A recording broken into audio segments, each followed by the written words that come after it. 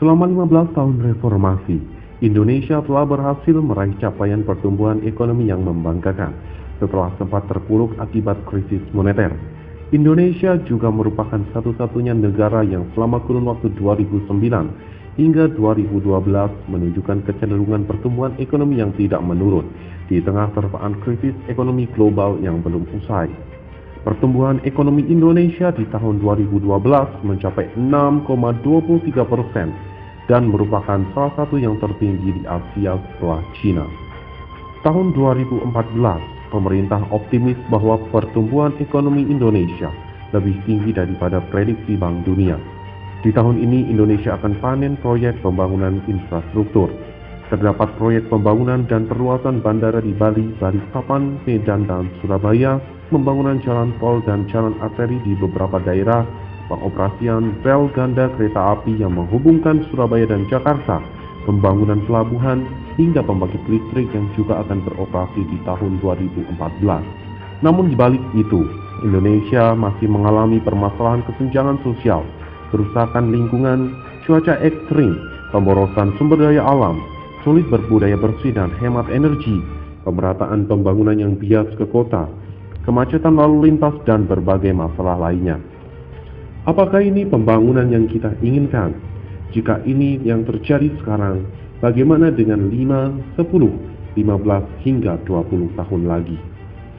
Kita tentunya menginginkan peningkatan kesejahteraan bagi masyarakat, lingkungan yang terjaga, keseimbangan ekologi, berkurangnya kesenjangan sosial, kedaulatan energi, pengelolaan sumber daya alam yang terkendali, terwujudnya smart city dan green city, terciptanya pembangunan yang berkelanjutan, dan tentu pembangunan hijau.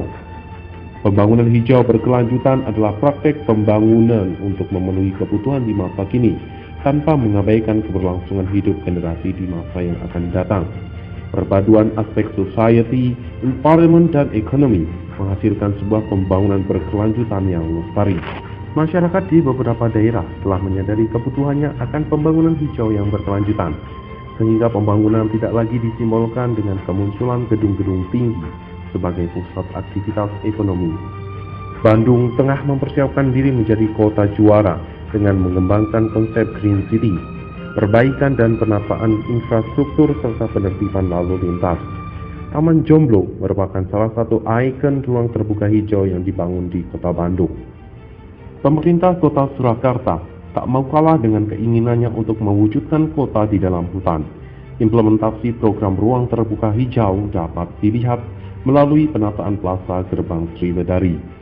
Ide pembangunan berkelanjutan merupakan konsep yang menyeluruh, tidak hanya mementingkan perekonomian atau aspek lingkungan semata, bukan hanya menuntut peran pemerintah atau keterlibatan masyarakat saja, tapi merupakan cita-cita yang harus dijadikan misi bersama.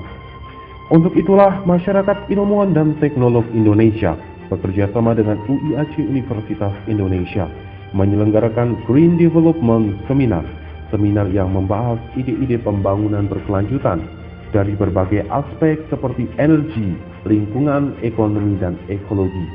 Seminar ini diharapkan mampu menciptakan rekomendasi mengenai konsep dan praktek terbaik dalam pembangunan nasional yang berwawasan lingkungan.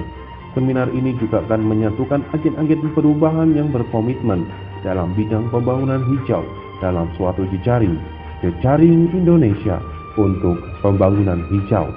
Jejaring Indonesia untuk pembangunan hijau menyambungkan pengambil kebijakan, peneliti, akademisi, serta praktisi dan sektor privat untuk saling bekerja sama, membentuk informasi, ide-ide dalam sinergisasi, dalam menyusun agenda bersama untuk mendorong dan mengawal penerapan pembangunan berkelanjutan dan berwawasan lingkungan di Indonesia.